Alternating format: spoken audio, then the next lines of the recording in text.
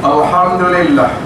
Alhamdulillahil qail wa qul i'malu fasayarallahu a'malakum wa rasuluhu wal mu'minun wa saturadduna ila 'alimil ghaibi wasyahadati fayunabbi'ukum bima kuntum ta'malun.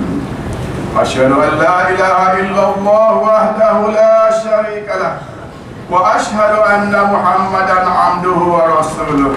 Allahumma salli wa sallim ala sayyidina Muhammad wa ala alihi wa sahbihi ajma'in. Amma ba'd. Fa ya ayyuhal muslimun ittaqullah usikum wa iyaya bittaqwallahi faqad fazal muttaqun. Qala Allah Ta'ala ya ayyuhalladzina amanu ittaqullaha haqqa tuqatih wa la tamutunna illa wa antum muslimun. Muslimin yang dirahmati Allah Subhanahu wa taala sekalian, saya menyeru agar kita bersama-sama meningkatkan ketakwaan kita kepada Allah Subhanahu wa taala dengan melaksanakan segala perintah dan meninggalkan segala larangannya. Semoga kita semua diberikan kebahagiaan dan kejayaan di dunia dan di akhirat. Pada hari yang mulia ini, mimbar akan membicarakan khutbah bertajuk kerja berkualiti, kejayaan dinikmati. Hadirin jemaah yang dirahmati Allah Subhanahu wa taala. Konsep kualiti dalam Islam merujuk kepada usaha mencapai kecermelangan dalam setiap aspek kehidupan, berlandaskan ajaran Al-Quran dan As-Sunnah. Kualiti menurut pandangan Islam bukan sekadar diukur pada hasil atau pencapaian material semata-mata, tetapi turut menitik beratkan aspek keikhlasan, akhlak dan amanah. Ingatlah, setiap tugas yang dipikul oleh seorang Muslim, kecil atau besar, pada hakikatnya adalah amanah daripada Allah Subhanahu wa taala. Justru itu, seorang pekerja yang amanah bukan sekadar hadir menjalankan tugas, tetapi menunaikannya dengan kesedaran bahawa dia akan disoal di hadapan Allah Subhanahu wa taala atas setiap kepercayaan yang diberikan. Hadis yang diriwayatkan daripada Ibnu Umar radhiyallahu anhuma bahawa Rasulullah sallallahu alaihi wasallam bersabda, kullukum ra'in wa kullukum mas'ulun an ra'iyyatih. Setiap daripada kamu adalah seorang pemimpin dan penjaga, dan setiap daripada kamu akan bertanggungjawab terhadap jagaannya. Riwayat Al-Bukhari. Jika kita lihat dalam skop yang lebih luas, sifat pemimpin yang disebut dalam hadis ini tidak terhad kepada pemerintah atau ketua sahaja. Seorang suami adalah pemimpin bagi keluarganya. Seorang pekerja adalah pengurus bagi amanah tugasnya. Dan seorang peniaga adalah pemegang amanah bagi kejujuran urus niaganya. Maka setiap sekecil mana, maka posisi sekecil mana pun di mata manusia tetap besar timbangannya di sisi Allah Subhanahu wa taala, kerana ia adalah kepimpinan yang akan disoal di akhirat kelak. Imam An-Nawawi rahimahullah menjelaskan bahawa setiap orang yang diberikan tanggungjawab terhadap sesuatu urusan, maka dia dituntut untuk berlaku adil serta menunaikan segala kemaslahatannya, baik dalam urusan agama, dunia dan segala perkara yang berkaitan dengannya. Apabila amanah dilaksanakan dengan penuh adil dan tanggungjawab, barulah lahir budaya kerja berkualiti atau disebut sebagai itqan, iaitu melaksanakan pekerjaan dengan teliti dan bersungguh-sungguh. Hakikatnya, itqan yang sebenar perlu dilengkapi dengan ihsan, yakni penghayatan bahawa Allah SWT sentiasa melihat dan menilai pekerjaan yang kita lakukan. walaupun tiada manusia yang memerhati dan mengetahuinya. Hadirin jemaat yang dimuliakan, antara ciri utama kerja berkualiti menurut Islam adalah bekerja dengan niat yang ikhlas karena Allah Subhanahu wa taala.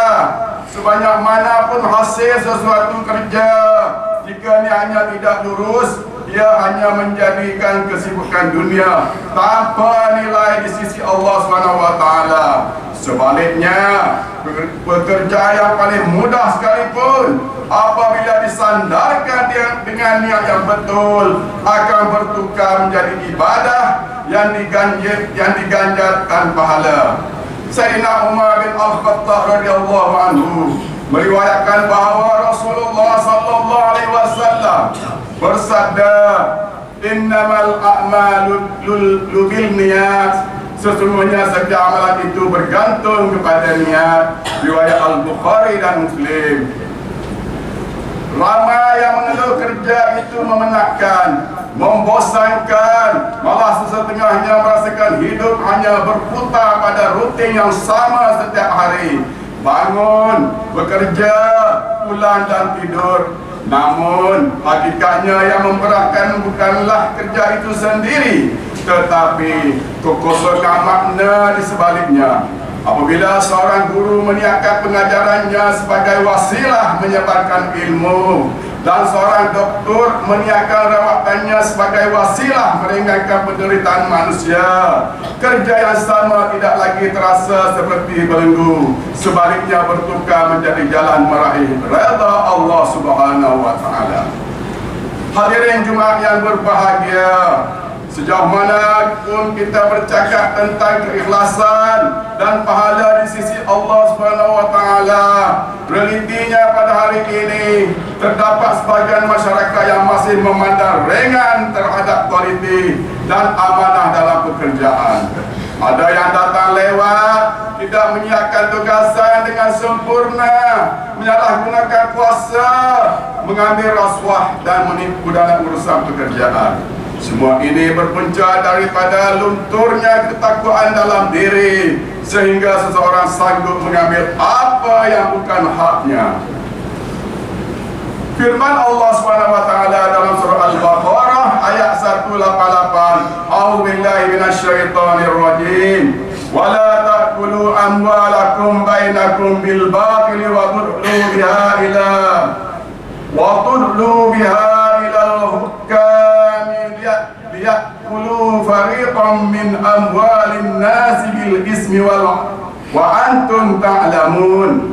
Dan janganlah kamu memakan atau mengambil harta orang lain antara kamu dengan jalan yang batil, dan janganlah kamu menghulurkan harta kamu, yakni memberi rasuah kepada para hakim dengan maksud supaya kamu dapat memakan atau mengambil sebagian daripada harta benda orang lain dengan jalan berbuat dosa padahal kamu mengetahui salahnya.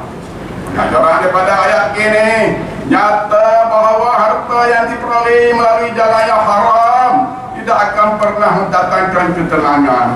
Walaupun zahirnya kelihatan mewah, namun hakikatnya dia dibina atas kezaliman terhadap hak orang lain. Sebaliknya, seorang pekerja yang jujur, walaupun gajinya sedikit, hidupnya lebih tenang dan berkah. Kerana setiap sen yang dibawa pulang kepada keluarganya adalah halal, lagi diredai Allah Subhanahu wa taala. Di sinilah letaknya kaitan antara ketakwaan dengan ketenangan. Oleh yang demikian, marilah kita bina budaya kerja berkualiti bersandarkan ketakwaan. Didiklah diri dan keluarga menjadi insan yang rajin, amanah dan bersyukur. Mudah-mudahan kita menjadi hamba Allah Subhanahu wa taala yang bekerja dengan ikhlas dan amanah serta beroleh kejayaan di dunia dan di akhirat. Sidang Jumat yang dirahmati Allah Subhanahu wa taala sekalian. Sebelum akhiri khutbah kali ini, berikut adalah beberapa perkara yang boleh dijadikan pedoman. Yang pertama, umat Islam telah meyakini bahawa Islam adalah agama yang menitikberatkan kualiti dan kecemerlangan dalam setiap amalan dan urusan yang dilakukan. Yang kedua, umat Islam dalam melaksanakan amanah sebagai hamba dan khalifah Allah Subhanahu wa taala dengan penuh keikhlasan dan tanggungjawab serta sentiasa berusaha meningkatkan kualiti setiap amalan. Karena itulah kunci kejayaan di dunia dan di akhirat.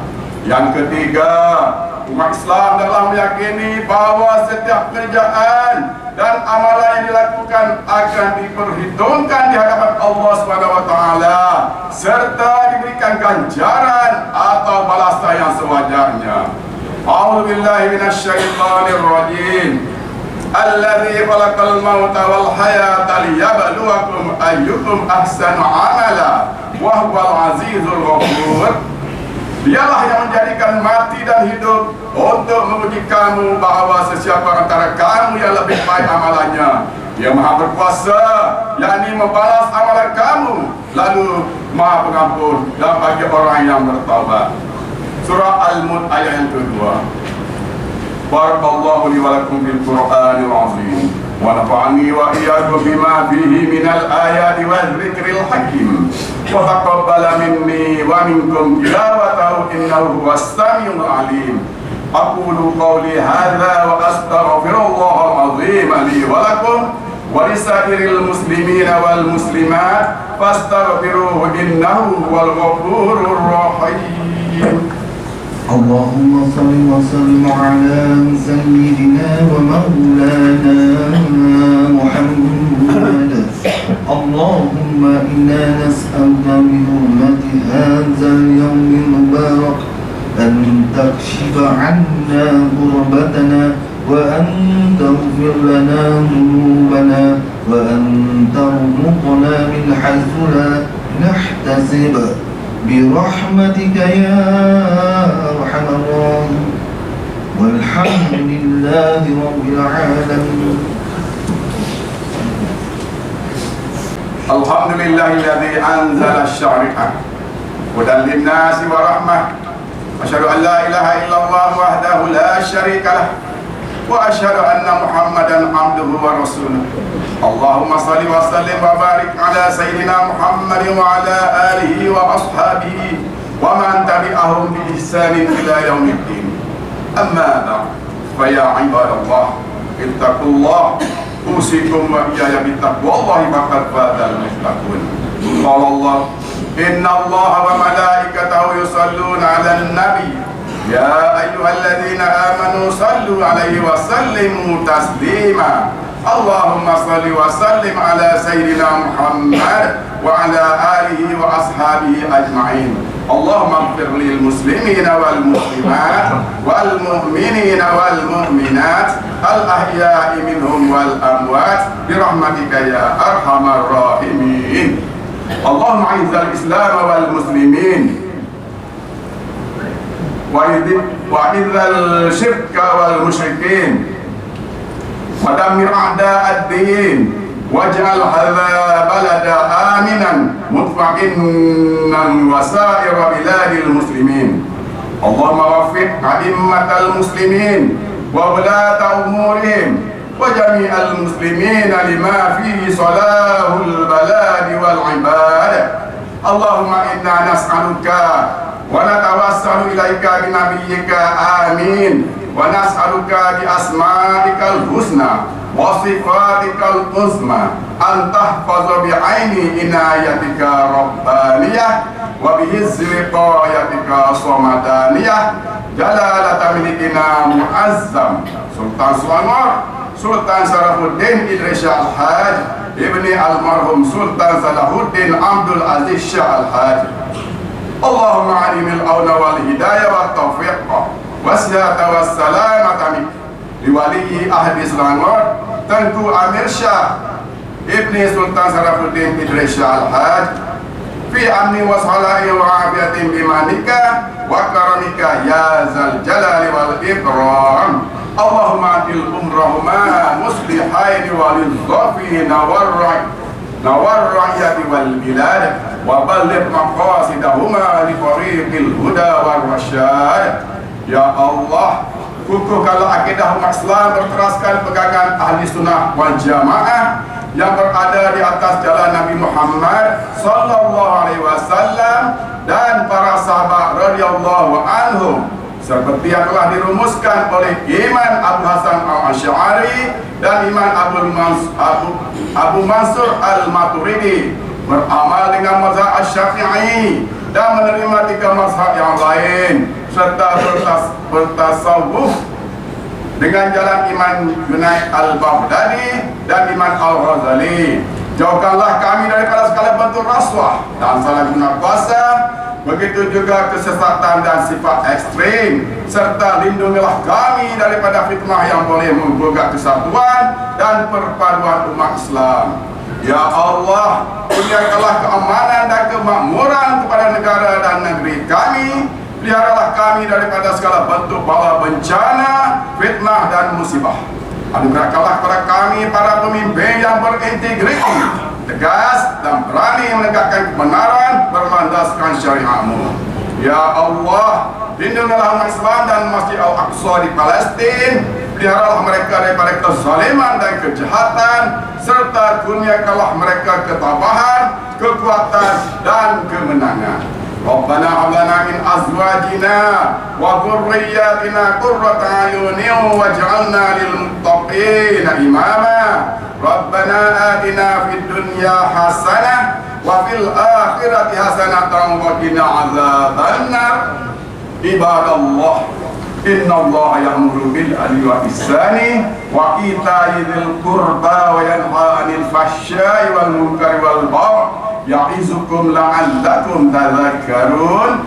Fadhkurullahal 'azima yadhkurkum washkuruhu 'ala ni'amihi yazidkum was'aluhu min fadlihi yu'tikum wa ladhikrullahi akbar wallahu ya'lamu ma tasna'un. Aqimus shalah.